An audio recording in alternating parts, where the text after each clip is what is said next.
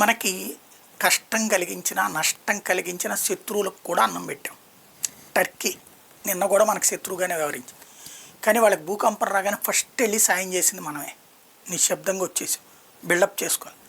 పాకిస్తాన్ కష్టం వచ్చినప్పుడు వెళ్ళాం, సాయం చేసాం, వచ్చాం. అది ఇండియా గుణం. శత్రువుకైనా సరే కష్టంలో ఉన్నప్పుడు తోడు నిలబడ్డాం. సరే శత్రువుకు ఆ బుద్ధి లేనప్పుడు మనం ఎందుకు చెయ్యాలని చాలామంది అంటుంటారు. కానీ అదే భారతదేశాన్ని ఇప్పటికీ ప్రపంచంలో ఉన్నతంగా చూపించినటువంటి అంశం. ఇప్పుడు ఆఫ్ఘనిస్తాన్ వాళ్ళు పాకిస్తాన్లో చాలా రోజులుగా ఉన్నారు. అలా ఉన్నోళ్ళందరినీ ఇప్పుడు తరిమేస్తుంది పాకిస్తాన్, వాళ్ళకి వచ్చినటువంటి సంఘర్షణల ఫలితంగా. అలా వెళ్ళిపోతున్న వాళ్ళకి, అంటే కట్టుబట్టలతో పంపించేస్తున్న వాళ్ళకి ఇవాళకి వాళ్ళు వెళ్తే ఆఫ్ఘనిస్తాన్లో బతకడానికి ఏమీ లేదు వాళ్ళకి. అలాంటి సిచ్యుయేషన్లో ఉన్న వాళ్ళకి ఏదైనా సాయం చేసి పంపిస్తోందంటే లేదు.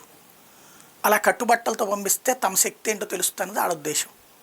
అలాంటి వాళ్ళకి సుమారు 50,000 మందికి భారతదేశం ఆహారంతో పాటుగా 11 రకాలైనటువంటి వస్తువులతో ఒక కిట్ తయారు చేసి ఇస్తుంది. అందులో బట్టలు ఉన్నాయి, గోధుమ పిండి ఉంది, గోధుమలు ఉన్నాయి, పంచదార ఉంది, కనీసం ఒక 2 నెలలకు సరిపడినటువంటి ఆహార పదార్థాలు, పిల్లలకు కావాల్సినటువంటి పాలపొడి, ఇట్లాంటివన్నీ కలిపి ఒక్కొక్క ప్యాకేజీ మనకు వచ్చేటప్పటికి మినిమం 20,000 రూపాయలు పడేటటువంటి ప్యాకేజీ. వాళ్ళకి 50,000 మందికి ఇప్పుడు పంపించింది. ఇంకొక 50,000 పంపించడానికి సిద్ధమవుతుంది. తద్వారా ఆఫ్ఘనిస్తాన్లోని తాలిబన్లు ముస్లింలే. ఇక్కడ ఈ దేశంలో హిందుత్వ ప్రభుత్వం కాబట్టి ముస్లింల మీద వ్యతిరేకం కాదు, కష్టాల్లో ఉన్న ముస్లింని ఆదుకుంటుంది. కన్నెర్ర చేసేటటువంటి వాళ్ళ మీదనే కఠినమైన చర్యలు తీసుకుంటుంది. అదే ఇక్కడ గుర్తుపెట్టుకోవాల్సిన అంశం.